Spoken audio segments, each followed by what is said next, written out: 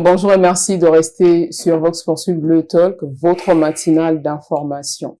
Ce matin, nous allons parler de la situation des 16 élèves du lycée technique 5 février présentés devant le juge pour outrage au drapeau et trouble à l'ordre public après avoir fait descendre le drapeau national pour remplacer leur drapeau à la place le 5 février et dernier.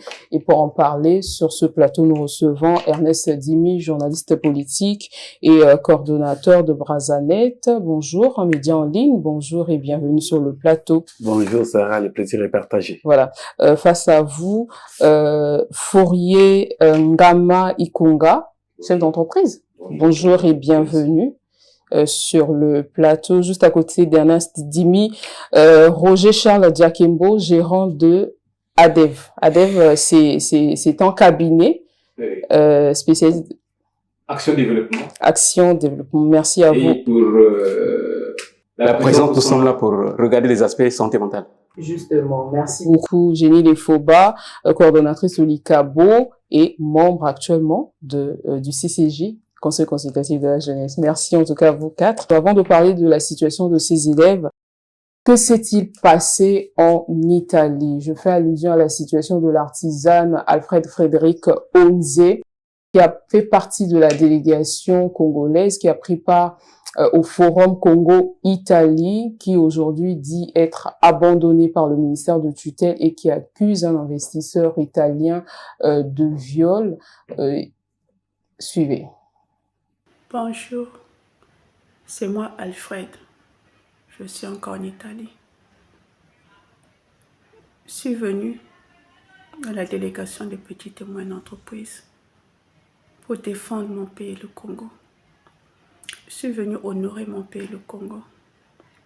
Malheureusement, aujourd'hui, je me retrouve abandonnée ici à mon triste sort après avoir été violée et séquestrée par un investisseur italien. Je suis la seule. Aucune aide. Le premier jour, l'ambassade m'a aidé, m'a emmené à la police. J'ai porté plainte, m'a emmené à l'hôpital. J'ai pu prendre les premiers traitements.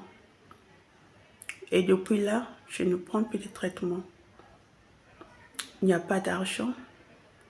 Il n'y a même personne qui me conduit encore à l'hôpital. L'ambassade m'a abandonnée. Au départ, pourtant, c'est l'ambassade qui s'occupait de moi. L'ambassade m'a même donné une avocate pour s'occuper de cette affaire. La police a dit que je devais rester jusqu'à ce que je sois écoutée par monsieur le juge. Aujourd'hui, je suis là. Ce qui me fait mal, c'est que on m'abandonne. Pour elle, le violeur a plus de valeur qu'une femme violée. C'est dommage. C'est vraiment dommage. Je suis là sans médicaments. Je dors un peu partout. Il y a une semaine, l'ambassade m'a logé quelque part. Mais depuis 2 jours, je ne suis plus là-bas. Il n'y a plus de place. Et là, c'est une dame d'une association qui m'a logée là où je suis. D'ici demain, il faudrait que je quitte et me retrouver à la rue. Quel mal j'ai pu faire pour mériter ça? Quel mal? Je n'ai plus de soins et ma santé vacille. Je n'ai pas d'argent pour me payer les ordonnances. Lorsque j'ai vu l'avocate, je lui ai posé la question si je pouvais rentrer au pays. Elle avait dit à une condition, la seule condition que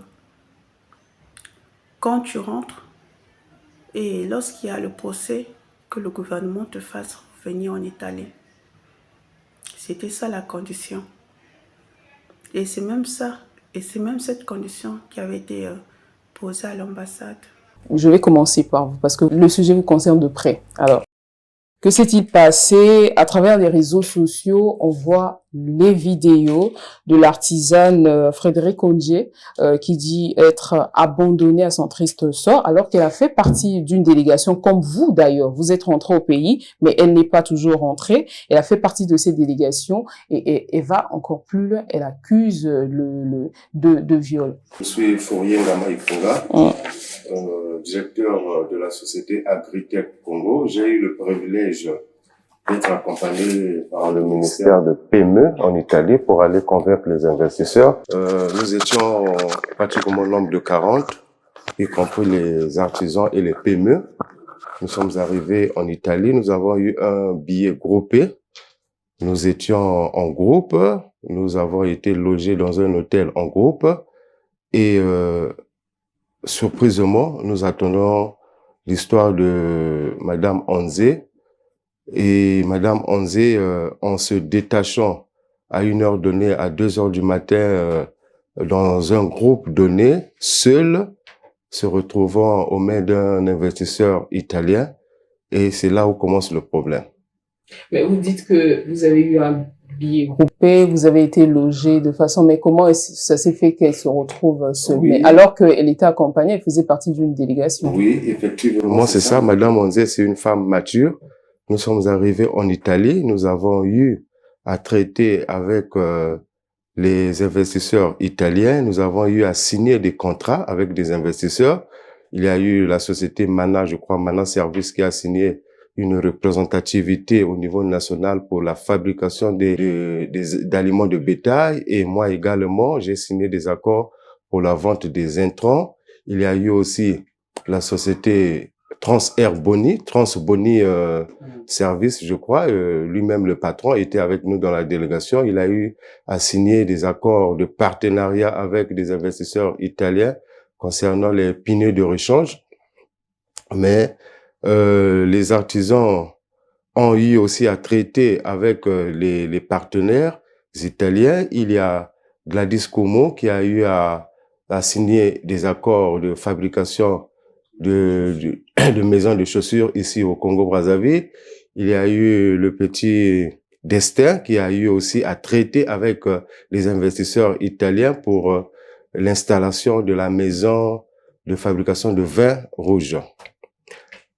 Pendant la cérémonie, nous étions là, nous avons reçu même le chef de l'État qui avait eu l'occasion d'assister au sommet Italie-Afrique et 2 jours après, s'en suivait le sommet, le forum italo-congolais. Le chef de l'État était obligé de rester et puis d'attendre ses enfants qui voulaient se faire mouvoir.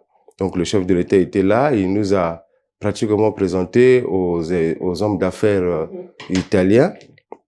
Et après cela, nous avons eu pour la clôture un dîner qui a été offert par le gouvernement, par l'ambassadeur de l'Italie au Congo. Nous sommes arrivés au dîner. Les tables étaient reparties par groupe. Il y avait la table 14, 15, 13. Maintenant, Madame Onzé s'est retrouvée sur une table avec ce blanc. Je ne sais pas si ces relations, la relation entre Madame Onzé et ce blanc avait... Est-ce que c'était pas prémédité? C'est vrai, on va faire tourner la parole. L'aspect, vous dites que vous avez été accompagné. Donc, on vous a payé les billets aller-retour. Que les artisans n'ont pas payé leurs billets eux-mêmes. Oui. Non. Oui. Et mais aujourd'hui, la situation, c'est vrai que elle se trouve toujours en Italie jusqu'à ce jour. Pas d'assistance. Vous savez, madame. Oui. Pas d'assistance. S'il vous plaît, madame, lorsque vous êtes chef d'entreprise, c'est que vous êtes déjà une grande personne, vous avez une société. Artisans, ce sont des gens qui se déploient, qui se vendent dans notre capitale, qui vendent des objets. On vous coach, on vous donne l'opportunité de voyager, d'aller et d'être en face des milliardaires italiens. Ce qui revient à dire, faites au moins un effort d'avoir votre billet, un séjour garni, et puis vous arrivez, le gouvernement vous met en face des milliardaires. C'est à vous de convaincre ces milliardaires afin de faire venir ces milliardaires au pays, investir, signer des contrats dans tous les domaines du savoir. Il y a eu des cuisiniers, il y a eu des gens de l'agro-pastoral, il y a eu des gens du transport, ainsi de suite. Arrivé sur place, revenons sur l'affaire de Madame Onzé. Nous étions au rez-de-chaussée, nous étions à l'étage. Au rez-de-chaussée, il y avait des officiels. À l'étage, il y avait la délégation congolaise, y compris les Blancs. Donc, chacun pouvait prendre, bon, là, il y a une place qui manque, je m'assois là, tout ça là. Donc, le Blanc s'est retrouvé en face, à côté de Madame Onzé. Lorsque le Blanc s'est retrouvé à côté de Madame Onzé, bon, je ne sais pas ce que ça parlait, et puis comment est-ce qu'ils se sont convenus. Arrivé à la fin de la clôture, arrivé au rez-de-chaussée, Madame Onzé, nous avons entendu, nous avons vu Madame Onzé se plaindre que son Blanc l'avait abandonné. Son Blanc, après le dîner, l'a abandonné parce qu'ils se sont entendus aller peut-être continuer la cérémonie en boîte de nuit. Ce sont les détails. Oui. Donc, Madame Onzé se plaignait parce qu'il se voyait plus avec son Blanc. À une grande surprise, tous nous sommes rentrés à l'hôtel à 2 heures du matin. Ma porte était à côté de la chambre. Ma chambre était à côté de celle de Madame Onzé. Tous endormis dans un hôtel. Madame Onzé sort sans pouvoir avertir les autres. Le lendemain matin, nous nous retrouvons à Paris. Nous, notre petit groupe, nous, on se retrouve à Paris. Et c'est à Paris qu'on entend un problème de viol. C'est à Paris que nous avons été informés d'un problème de viol. Nous nous sommes dit, qu'est-ce qui se passe? Madame Onzé était en bonne humeur avec son prétendant ami, conjoint, mari, pendant la cérémonie. Maintenant, qu'est-ce qui s'est passé pour que cela tourne au vinaigre, que ce soit un viol? Et Madame Onzé est sortie à 2 heures du matin à l'hôtel. Elle est revenue à 13 heures à l'hôtel. Elle est revenue à 13 heures. Et c'est à 22 heures qu'on déclare viol. Bon. Lorsqu'ils ont déclaré viol, il y a la présidente une certaine André, je crois, la présidente de la diaspora de l'Italie, qui récupère l'affaire, emmène Madame Onzé à l'hôpital et à la police. La police est arrivée pour mener les enquêtes. Autour de 15 heures, ils ont déjà déclaré viol. Soi-disant que le Blanc a demandé à l'une des proches de Madame Onzé, qu'est-ce qui se passe si il s'agissait d'une entente, d'un amour de gré à gré ou bien d'une prostitution? Elle aurait pu me dire, j'allais lui payer. Je croyais que ça une relation durable qui devrait durer. Mais pourquoi ce mot viol? Bon, après, nous nous sommes dit, l'affaire est déjà là. Donc, c'est pour cela, c'est pour dire que nous, en ce qui nous concerne, notre mission a été au parfait parce qu'on a eu à créer des relations avec des partenaires italiens. Mais sauf que l'affaire Madame Onzé, c'est comme une épine. Mais il faut dire qu'aujourd'hui, c'est vrai que les partenariats ont été signés et tout, mais la mission a été entachée aussi par cette affaire, cette compatriote. Je donne la parole à Ernest Dimi, quels que soient les liens qu'ils ont tissés, mais elle parle aujourd'hui d'un viol et être abandonnée, elle n'est pas assistée, n'est pas accompagnée. Madame, chez nous, il y a un adage qui dit, quand tu es venu danser, il faut suivre les rythmes du tambour. Si la situation entre la dame, qu'il faut le rappeler, selon des sources bien vérifiées, est congolaise d'adoption, d'origine camerounaise, congolaise d'adoption, selon les gens qui la connaissent. Alors, si la dame s'était limitée dans le cadre strict du forum, c'est là où on devrait parler d'un entachement d'une épine par rapport au forum. Le forum a atteint ses objectifs, c'était quoi? Mettre les Congolais en face des Italiens, que chacun négocie avec l'opérateur qui est dans son secteur pour arracher quelques histoires par rapport à son entreprise. Là, nickel, il n'y a pas de reproche. Maintenant, madame, non, je crois qu'il faut qu'on mette quand même un peu de gants quand on gère certaines histoires. Vous savez ce que suscite comme scandale les familles MeToo. Une femme, avec tous les mouvements qui se développent en Europe pour la protection des femmes et des enfants et des jeunes filles. Une femme, soit-elle africaine, soit-elle congolaise, violée en Italie, c'est-à-dire dans l'espace Schengen, et que ça passe pratiquement sous silence, et c'est seulement quelques internautes et quelques médias congolais qui en parlent. On a parlé de la police qui a fait des enquêtes. La justice devrait avoir suivi. Nous avons tous Rai Italia sur Canal Sat. On suit. Qui a suivi ces dossiers? Quand on a eu un drame en France concernant une Congolaise dans un hôpital, on a tous suivi des médias qui ont relayé. Des médias crédibles, des médias d'État, des médias privés. Alors, pour moi, cette histoire, ça semble un peu du soufre. Mais vous êtes en train Ernest Dimi, de remettre en cause la parole de la victime, parce que je ne remets en cause aucune parole de toutes les façons. Je n'étais pas en Italie. Oui. Mais je sais qu'il y a quand même la justice qui fait son travail dans des pays développés. Mais on parle niveau accompagnement, et se dit aujourd'hui les autorités ne l'accompagnent pas, le suivi l'accompagne. Madame, écoutez, moi je vais être dans le cadre du droit. Je vais être dans le cadre du droit. Quand tu vas en mission, tant que tu es dans le cadre légal de l'exercice de la mission pour laquelle l'État t'a mis en route, l'État te prend, l'État te protège. Est-ce que le drame, est-ce que l'accident, est-ce que la déconvenue de la dame s'est réalisée dans le cadre de sa mission en Italie? S'il faut parler droit.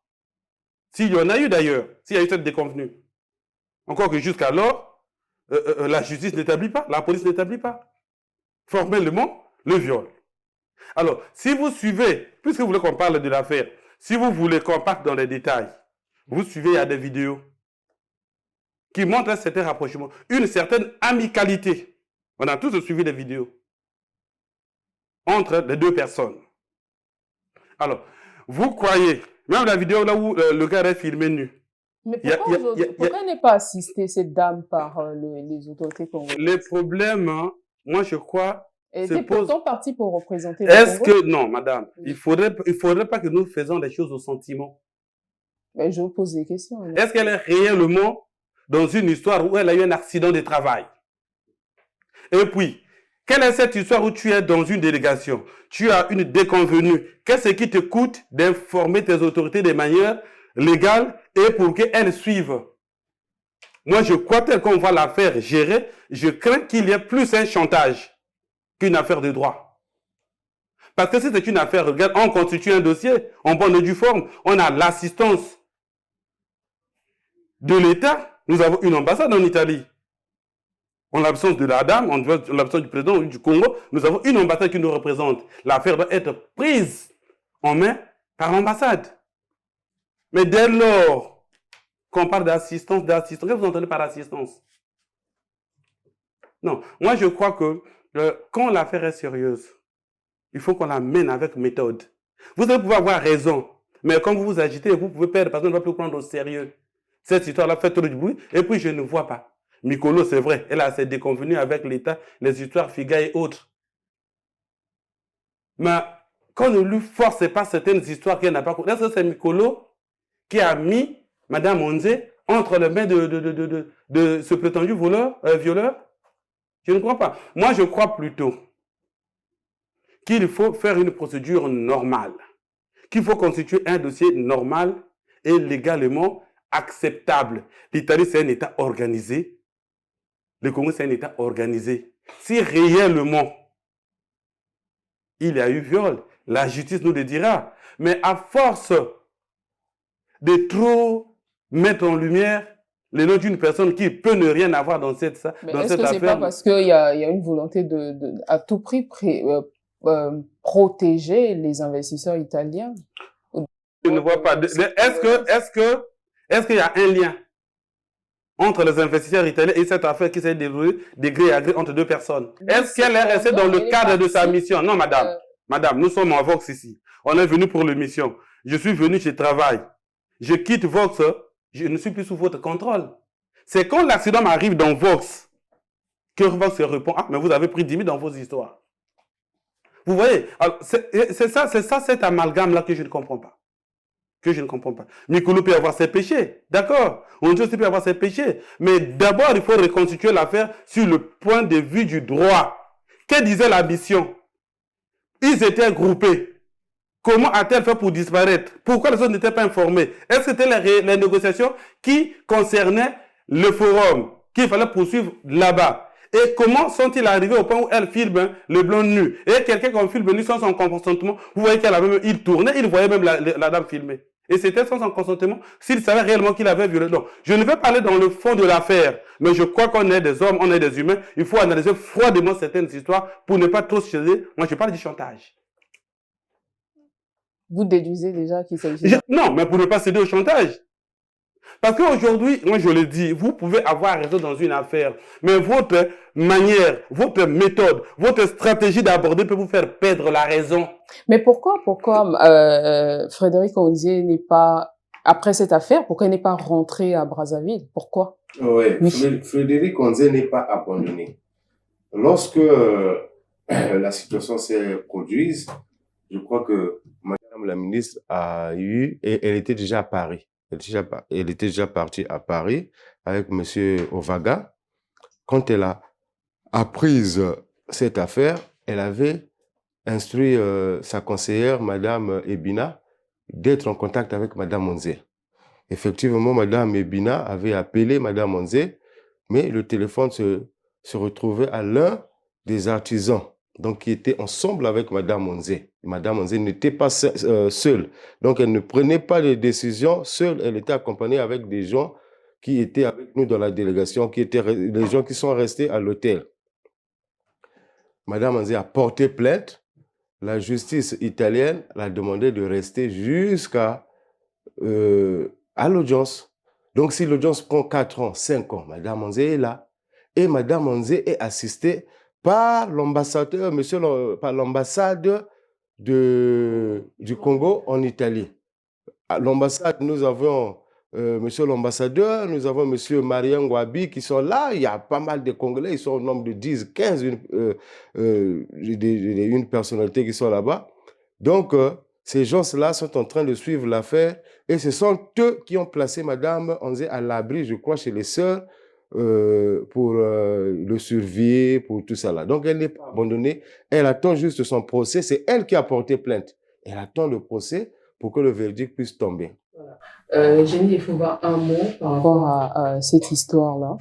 Je pense que c'est une histoire qui demande vraiment à mettre les gants. Voilà. Ce sont des adultes qui sont partis et qui avaient vraiment à l'esprit ce qui devrait être fait et ce qui ne devrait peut-être pas être fait. Sur le terrain, quand on ne connaît pas un village, on demande aux anciens du village comment ça se passe. Maintenant, si il y a eu des incidents et des accidents, comme l'a dit le monsieur, il y a une délégation qui gère. Dans ce cas, suivons le dossier, c'est tout ce que je peux dire. Parce que c'est vraiment une question d'adultes et attendons que la justice puisse donner le verdict. Monsieur Diakimbo, un mot par rapport au pré-sujet, par rapport au pré-sujet. C'est vrai que Ernest Dimi et Monsieur Ikunga ici ont pris largement de temps en train d'expliquer sur cette affaire-là, cet artisan qui était parti pourtant représenter le Congo. Je vous demande pas de prendre parti ou encore de condamner tel autre camp. Votre avis simplement avant de prendre notre sujet principal. Bon, je pense que c'est une compatriote, quel que soit ce qui est arrivé. Nous devons la soutenir moralement. Voilà ce que je peux dire en tant que citoyen. Voilà, merci. Merci beaucoup à toi pour nous 4. Vous 4. Mais je sais que vous êtes là. Vous êtes là, vous êtes 4 en plus. Voilà, parce que j'ai souvent l'habitude de faire les plateaux à 3, donc c'était un peu resté. Merci à vous pour vos interventions sur ce sujet.